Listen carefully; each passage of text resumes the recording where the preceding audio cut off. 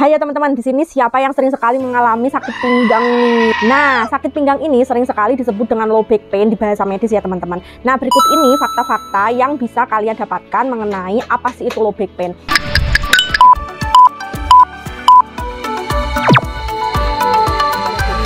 Nah, low back pain yang pertama, ini prevalensinya cukup tinggi ya teman-teman, karena low back pain bisa terjadi ke siapapun ya, dalam kelompok usia berapapun, kemudian dalam kondisi apapun itu orang juga bisa mengalami low back pain. Kemudian untuk faktor resikonya sendiri, salah satunya ada yang namanya obesitas, kemudian kurang gerak, kemudian cedera, atau bahkan ada riwayat keturunan nih atau genetik nih ya. Nah, penyebab umum dari low back pain ini atau nyeri pinggang bagian bawah ini ya salah satunya adalah adanya faktor cedera. Kemudian ada juga di sini postur tubuh yang kurang ergonomis, kemudian adanya hernia pada nukleus. Nah, ini bisa menyebabkan teman-teman itu merasakan nyeri pinggang bagian bawah, bahkan nyerinya itu bisa sangat nyeri seperti itu. Nah, low back pain ini ternyata juga berdampak pada kondisi ekonomi nih teman-teman. Nah, karena seringnya adanya sakit pinggang ini, apalagi ini sakit pinggangnya nih yang teramat sangat parah sakitnya ya teman-teman. Nah, ini menyebabkan produktivitas dari penderitanya itu mengalami penurunan, sehingga ya dampaknya ke ekonomi teman-teman. Nah, untuk manajemen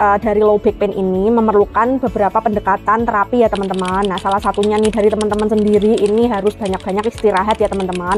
Kemudian juga bisa menggunakan pengobatan medis. Tentunya di sini teman-teman harus melakukan serangkaian pemeriksaan dari dokter yang kemudian teman-teman akan mendapatkan diagnosis dan akan mendapatkan treatment yang tepat. Nah, kemudian teman-teman juga bisa nih melakukan olahraga, atau mungkin teman-teman juga bisa melakukan fisioterapi, tentunya ke fisioterapi yang profesional seperti itu. Nah, beberapa kondisi juga memerlukan intervensi tindakan pembedahan ya teman-teman. Nah, untuk pencegahan low back pain ini sendiri, teman-teman bisa melakukan exercise atau latihan fisik, misalnya tuh olahraga yang ringan. Kemudian teman-teman juga bisa memperkuat otot-otot inti ya, supaya teman-teman ketika melakukan aktivitas itu otot-otot teman-teman juga lebih kuat. Nah, teman-teman juga nih harus menghindari faktor-faktor gerak yang memicu terjadinya low back pain ini nih. Misalnya teman-teman mengangkat beban yang begitu berat atau melakukan aktivitas yang berat secara tiba-tiba tanpa pemanasan. Nah, ini juga bisa memicu terjadinya low back pain. Maka dari itu teman-teman harus bisa menghindarinya ya. Nah, teman-teman juga harus ingat ya, meskipun low back pain ini bisa terjadi